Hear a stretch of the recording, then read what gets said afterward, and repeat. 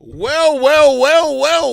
Despite the Chicago Bulls looking like they were going to completely give up this game, the Bulls got outscored in the second half 76-67, but hold on for a win, an 8-point victory over the Houston Rockets. We're going to talk about it all and more right after this.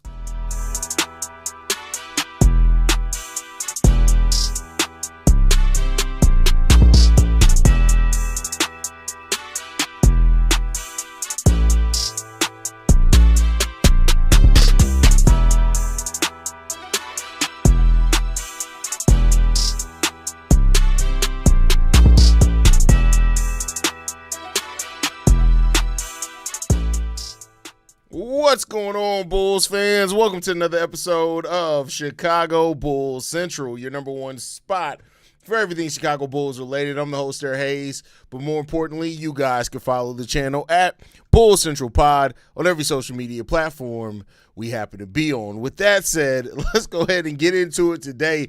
Hey, pro tankers everywhere. Listen, I get it. I understand. You guys are probably you're probably not going to like this one. Man, hey, I don't know what to say. I don't know what to say with this one, man. The Chicago Bulls took care of business today against the Houston Rockets, having a 22-point lead at one point in this game. And, it is what it is at this point. Like, the Bulls aren't going to lose every game. I keep telling y'all that. I know some people are still holding out hope for that. With any win, they completely go through a spiral. But, hey, I ain't got shit to say about that one. This was a game where Colin Sexton had 17 points in the first quarter of this game. 17 points in the first quarter of this game. And, while people were going to try to make it the Colin Sexton game, he finishes with 25. We also saw big performances. Buzelis ends up with 23 points in this game, 4 rebounds, 1 assist, 3 turnovers from Buzelis. You get a 15-point double-double from Josh Giddey. He has 15 points, 13 assists, 7 rebounds, 2 steals, a block, and 2 turnovers from Josh Giddey as well. You get 15 points from Trey Jones, 11 points, 8 rebounds from Nick Richards, 15 points, 6 rebounds, 2 assists, 2 blocks from Jalen Smith, and you have every starter scoring in double figures on top of Colin Sexton with 25 and Leonard Miller with 17 points coming off the bench as well. 7 players scoring double figures, which is really big for the Chicago Bulls. Rob Dillingham and Patrick Williams don't really look good in this game. Patrick Williams looks absolutely terrible, even though he only took 2 shots. Rob Dillingham is 4 for 7, which isn't necessarily the worst, shooting percentage from him, but he had some mistakes out there. They were just head case mistakes that Rob Dillingham makes sometimes. But other than that, this was a game where, hey, the Bulls held on. The Bulls completely outshot the Houston Rockets in this game.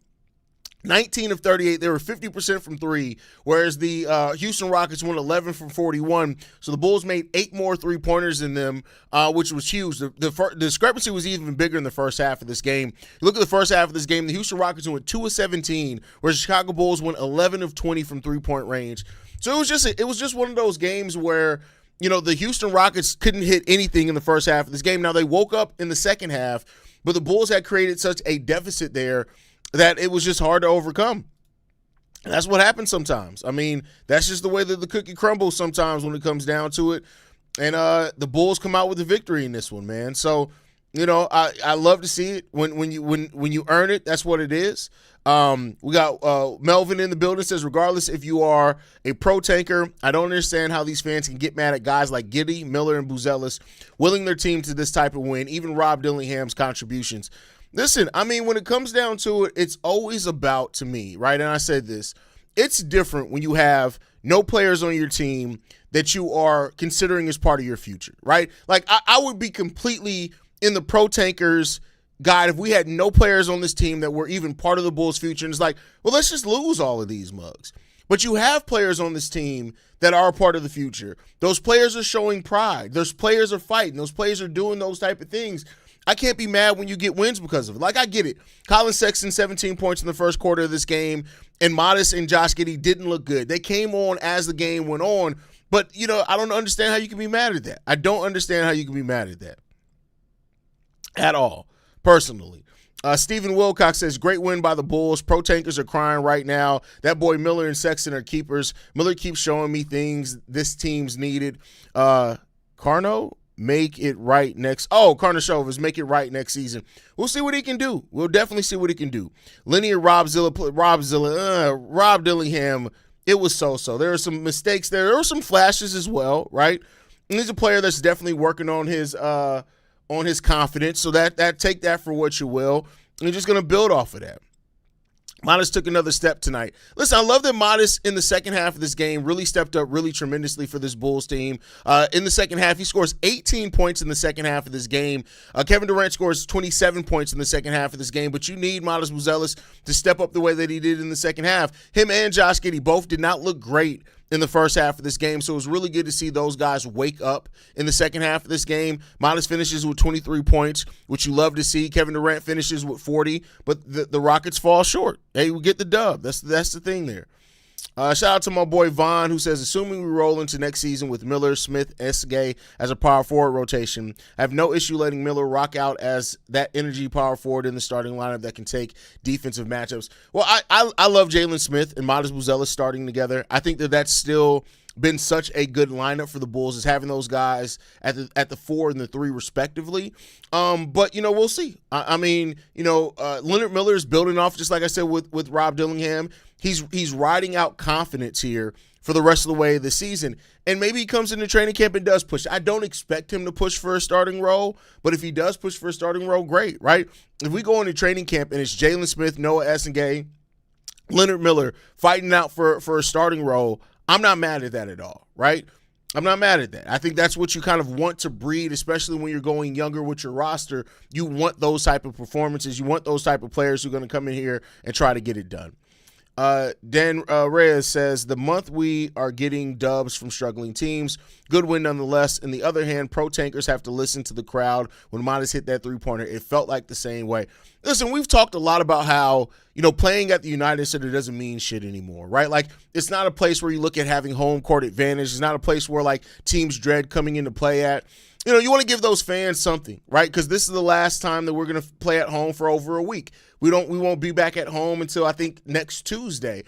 And so because of that, like, give the fans something to look at. Give them something to look forward to, man. And that's what they did here. We got my brother Shay in the building. Says, Haize, I know that Modest didn't do well, but one thing that creates star players is not how you start the game, but how you finish. Oh, he had a great, by the end of the game, it's a really good game. Shot 50% from the field, 56% from three-point range. Like, that's what you want, right? Like, yeah, it was a bad first half of basketball. But to your point, Shay, he didn't let the bad first half get in his head. And that is something, as you talk about growth. Somebody earlier, and I can't remember who left the comment, they said that this was another step for Modest. This is growth for Modest Buzelis, because think about it this way. How many times through the first couple of months of the season did we see if Modest got out to a bad start or if Modest missed a defensive assignment, he got down on himself, right? Like, a lot of people made a lot about Billy Donovan taking them out of games, but there were some times where you could see that Modest was visibly shaken and that he had to snap out of it. It's good to see that Modest did that in this game, right? He did that in this game, and Billy Donovan didn't really pull him. He did sit him some, like, just for the normal rotation apart. But if this game would have happened in November or December, I guarantee you Modest would have just had a bad game the rest of the game. He would have been down on himself. He probably would have gotten foul trouble, all that type of stuff. But he didn't do that in this game. And so that's really good. Even despite having 4 fouls in this game, he ends up contributing really well, shooting over 50% from the field. That's what you want to see from Modest. That's exactly what you want to see from him.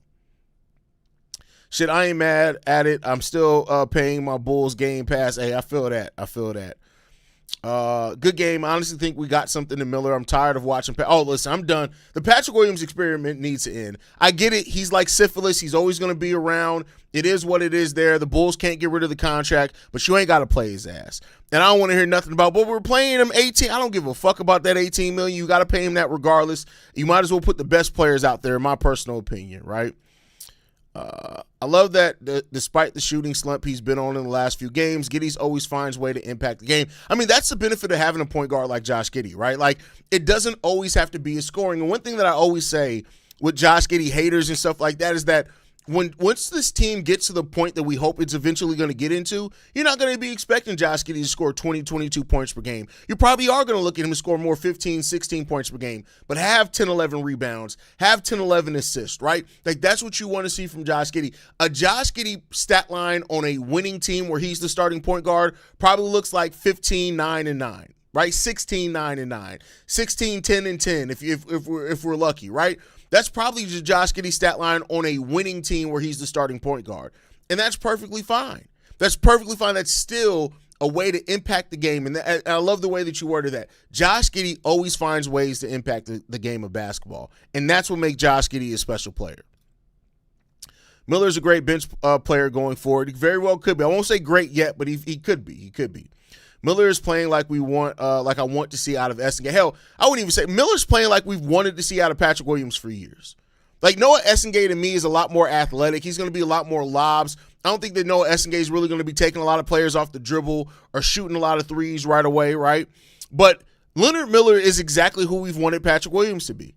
And I don't even say that necessarily to take a shot at Patrick Williams, but when you talk about all the ways that Patrick Williams could impact the game, being a two-way player, being a rebounder, like, he's not the shooter that P. Will was, but I think that he finds way. He's what we wanted P. Will to be as far as overall impact on the game. He doesn't need a lot of shots. He doesn't need to take players off the dribble, right? Those type of things, just finding a way to consistently impact the game and be efficient. And the three-point shot for Leonard Miller is starting to slowly come around. I'm telling y'all, if Leonard Miller gets that three-point shot, I don't even need him to take 5 and 6 three-pointers per game. If Leonard Miller can take 3 or 4 three-pointers per game, hit him at between a 35 and 37% clip, with what he does defensively, what he does rebounding, the size that he has, that's perfect for him. He's a lob threat. Love it.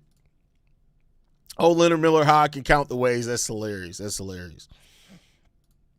Enjoy the wins. It's not like AK has shown that he can consistently draft decent talent in the first round. It's what, about 50. Well, it depends on how you look at stuff, right? Like, I'm talking about draft overall. First round, yeah, it's a bit rough for him, right? Julian was a second round pick. So AK's first round picks have been Modest Buzelis, Noah Essengate, Patrick Williams, and Dalen Terry. Am I missing one? Are those the 4 players that we've drafted in the first round under Arturas Karnisovas? I believe so, right?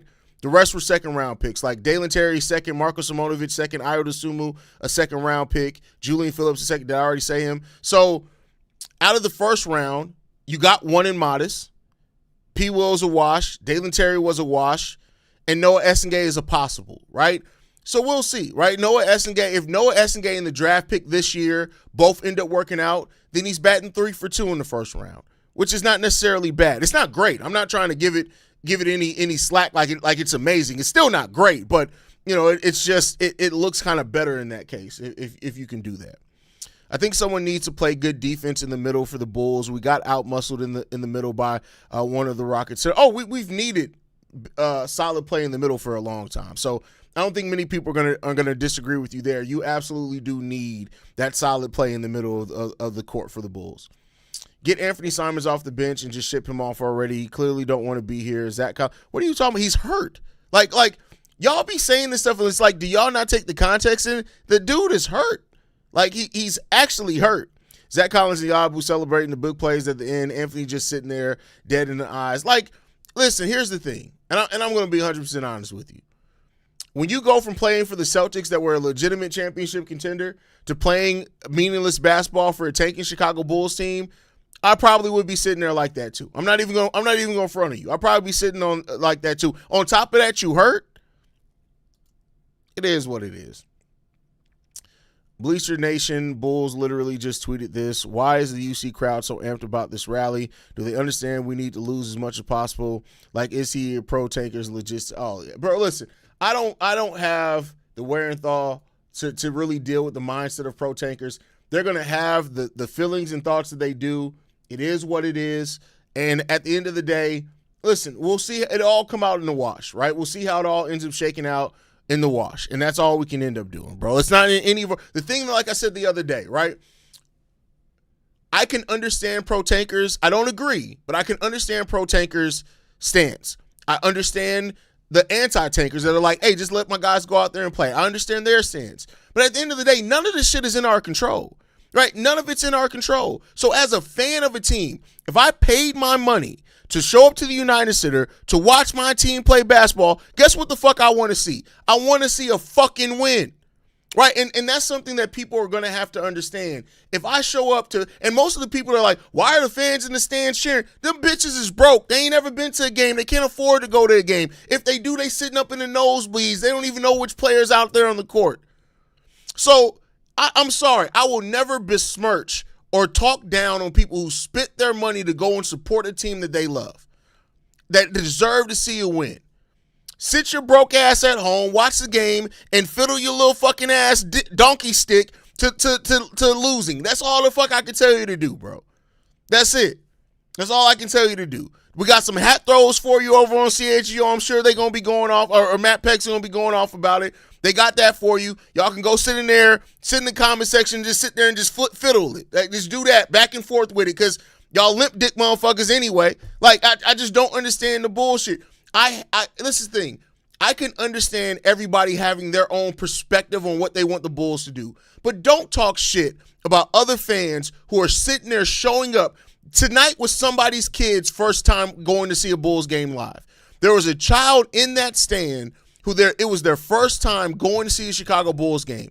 I don't give a flying fuck what your personal opinion on if the Bulls should tank or not, and you not thinking about the fact that this kid, his parents probably saved up to be able to take that kid to that game. Who are you to tell a kid that they should not be cheering and they should not be amped about their team winning a fucking basketball game? That they may not get to go to another one for another 3 or 4 years. They may be grown the next time they go to a basketball game. See, people don't think about that shit. They get so wrapped up in their own fucking narrative that they forget the human element of this shit. And that's the shit that be pissing me off. That's why I make fun of the tankers, because it's like you get so wrapped up in your fucking narrative, you don't think about the fact that there is somebody that, regardless of whatever's going on with this team, they decided to support this team, show up, work their fucking 9 to 5 to save up to take their kid to a game, and you sitting there asking why they cheering about a rally. Shut the fuck up and sit your dumb ass down at home. That's what the fuck you can do. And I stand on that. Now, the tanking conversation outside of that frame, we can have a conversation about that. But people get too caught up in dumb shit. Way too caught up in dumb shit. Looking at the comments from some of them, it's actually hilarious. Can't be that mad we won a game, bro. It's crazy. It's crazy. Modest, Giddy, Jones, and Sexton are good, and we got a nice gem in Leonard Miller. Like I think he has potential to be. I mean, we'll see. I like Leonard Miller. Like, I'm just not ready. The same way that this offseason, when people are like, Modest Buzelis is going to become an all-star this year, I'm like, hey, let's just temper our expectations some. Like, I don't want to put too much on Leonard Miller too soon, right? As far as expectations. I love the way the kid's playing, and I hope that he continues this and continues showing himself to be a prospect for this Bulls team, somebody that's worth investing time and game plan minutes into and seeing what he can become. I hope that continues. I'm just not ready to put too much on him too soon, right? One thing that isn't talked about a lot is the team defense. We often focus on individual strengths, weaknesses, hoping we can get a coach or a scheme or some, but in for great team defense next year. We'll see. I mean, think about the years that Billy Donovan had us a top 10 and 12 defense where our only actual defenders were like Alex Caruso and Javonte Green, even when Lonzo went down, right? So, I mean, yeah, I mean, team defense is different from individual defense. And we do typically talk about individual defense, but when you can get a team bought in defensively, you can play solid team defense even when your individual, like, one-on-one defense isn't great. And we'll see if we can get that next year. That's a great point. People complaining about the Bulls' young core, but can't look over across the pond at Golden State Warriors or Kings. At least our prize young player ain't Pods or quitting post. That's crazy. Crazy. Pro Tankers must not have been to a game before. I was there for Bulls loss to Jalen Suggs buzzer beater 3. I hated the loss. I love my team that night and the fans. Fuck the tank. Look, listen, I get that mindset too.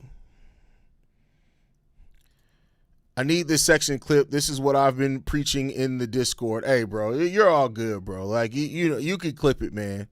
You can clip it. Matt Peck and Ricky O'Donnell crying today. Well, hell, if I had Ricky O'Donnell's hairline, I'd be crying every night. I'm not even gonna lie to you. If you had to wake up with Ricky O'Donnell's hairline, would you not cry every night? Like that's crazy, bro. Like he Ricky O'Donnell's hairline looks like the goddamn aliens in fucking Fifth Element. Like that's what the hairline looks like. Like it's bad. It's very, very bad. It's bad. I'd rather beat good teams than bad any day. This is to say more impressive than beating shitty teams, even if it's March. These teams 4-6 battling for positions too. Yeah, I mean, listen, this is not like where it is when some people talk about March basketball where they try to act like, well, the teams don't care, they're packing it in. No, these, like the Rockets are battling to stay to avoid the play-in, right? And then not drop down to like 6. Like they're in a 3-way tie. So, you know, these teams are battling for position. Every March is the same. That's why when people kind of use the blanket thing of March basketball, it's like you can't just use that's not a blanket thing that you can really use, in my personal opinion. What players would you resign? And will Acme be smart enough to keep Trey, Giddy, and Modest? And yeah, the Anthony, he's not going to want to resign here. I mean, yeah, Giddy and Modest aren't going anywhere. Giddy, Modest, no, aren't going anywhere. I talked about it on today's daily episode. I think for me, it would say a lot about how soon AK thinks that this team is going to be his version of competitive with what he does with Trey Jones and Jalen Smith. And I guess Isaac Okoro to a different degree as well. Like if he, because, you know, we heard that the teams had interest in Trey and Jalen at the trade deadline due to their low contract and the way that they've really performed well as role players. And I think that's perfectly fine, but I guess you just got to see how it's going to go. Like we'll see what happens with it. Too talented as a host to be crashing over comments. The goons may enjoy it, though, and think it's funny. You're at your best when you keep the sports. No, I'm at my best when on me, and that's the thing. This channel has always been bought on me, and if you think that's crashing out, then you're a sensitive bitch. To just be 100% honest with you. See, this channel isn't this ain't ESPN. This ain't CHGO. This is me. I'm a Bulls fan and I'm passionate, and I'm going to always be passionate. That's what this channel has been built off of. You must be new here. This channel has always been built off me being passionate. I'll go off on AK like I did at the trade deadline. I'll go off on players, and that's what made this channel. When you talk about something being a success, please remember, and these people in the comments will tell you, this channel isn't a success, and I am still keeping it sports, but I'm always going to go off because I'm actually passionate about this team because I live and breathe the Chicago Bulls. If you want cookie cutter analysis, go somewhere else for that shit. Respectfully, that's not what you're going to get here. I'm going to be clear in this. Don't try to create content for everybody. That's not me. I don't give a flying fuck if you decide to subscribe or not. What I give a fuck about is I showed up to do this show 1,752 straight days. And the reason why I'm able to show up 1,752 straight days to do this show is because I'm me on this show. This is who I am. Haize, Cordero as a person. If you don't like it, respectfully, you can get the fuck out of here. But if you want to stay here, you got to realize that while the sports analysis is legit and I can always go into that bag, you're equally going to get passionate sports fan talk from me because I actually care about this team. This isn't a job for me. This is something that I'm passionate about. And you're always going to get that. Again, respectfully, if it's not for you, it's not for you. You can get the fuck to stepping.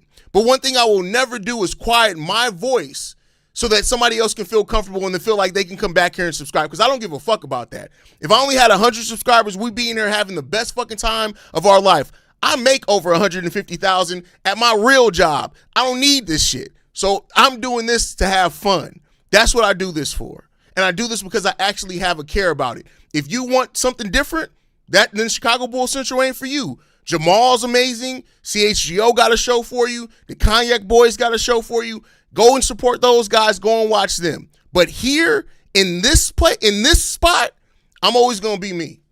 And that's just all I got to say about it. Period. Point blank. I'm about to be spitting fire in the Discord tonight. Hey, have fun with it, bro. I'm going to sleep. I'm not even going to hold you. I'm going to clip parts of this show. I'm going to post the audio, and my black ass is going to sleep. I should be asleep within the next hour. I'm just letting y'all know. Peyton Watson Haize, he's forgotten target in restricted free agency. Yeah, I do think that that the Bulls probably, but I think it's going to be dependent upon what the Chicago Bulls do in the draft. I think that's a huge linchpin in all this is what they do in the draft, and we'll see what happens at that point.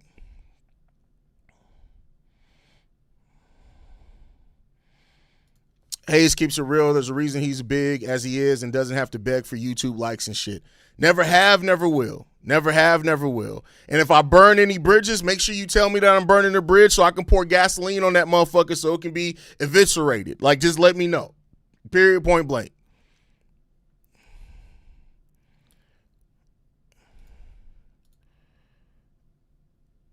Sexton is too ball dominant, in my opinion. I wouldn't extend him since we're probably getting a guard in the draft. Well, I think Sexton's role is to be a bench scorer. I don't think you're looking at Colin Sexton to be a starter anymore. And so, therefore, when you look at most bench scorers, they're usually ball dominant. Like, most times. I'm not saying all of them. There are some that are not for sure.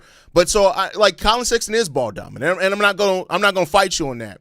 But I think there's space for that in this team coming off the bench, depending on what the build of the roster looks like after the draft and stuff like that. That's just my personal opinion.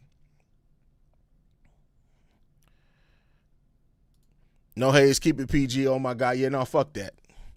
Off topic, but I remember when you ether dude who talked trash to you when he thought you signed off, but you came back on. Oh, listen, that was an epic night. That was literally an epic night. I remember that stream. That stream was going to live in infamy for sure. That's one reason I love this channel is your passion, brother. I love the videos when we were winning 7-0 in the beginning of the season. Fan first. Listen, I'm always going to be a fan. Like, people got to remember, like, I didn't start a Bulls channel to blow up. Like, I don't give a fuck about. Like, I'm blessed. Don't make no mistake about it. I am blessed to have y'all. I'm blessed to have one of the biggest Bulls YouTube channels and podcasts. I'm blessed, and I always give y'all credit for that because y'all rock with me. Y'all hold me down, all that type of stuff. I love y'all for that, and I will always appreciate y'all for that. But I didn't get into this to be big. I didn't get into this to be famous. I didn't get into this to get on ESPN. I didn't get into this for any of that. I got into this because I'm a Bulls fan. I'm a Bears fan. I'm a Chicago Sky fan. I'm a White Sox fan. And these are things that are teams that I was talking about every single day before I ever had a show. That's why I'm able to do it. When I talk about doing the show for 1,752, 53-ish straight days because we're almost on midnight, the reason I'm able to do this because I'd be talking about these teams every day anyway, right? So I didn't get into this to blow up. I didn't get into this to be a media mogul and all that. I don't give a fuck about none of that shit. What I care about is that creating a community where Bulls fans feel like they can come and it's legitimate talk about the team. That's it. No fluff, no frills, no none of that shit. I'm the same way that you would talk if you at the barbershop. That's the same type of feel you're going to get here. And it's not for everybody. Believe me. This show, I probably would have 50,000 subscribers right now if I didn't curse, if I didn't go off, and if I didn't tell people when they were being a fucking idiot. But guess what?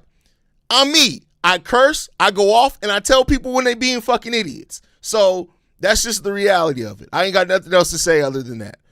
If it's not for you, it's not for you. Tankers need to understand we can't control professional basketball teams, professional basketball athletes. That S on the end of balls threw me off there, bro. That's wild. Wanting to win a basketball game, nor would I, as a fan, fault them unless they want to sit with Ben Simmons. That's a fact. That's a fact.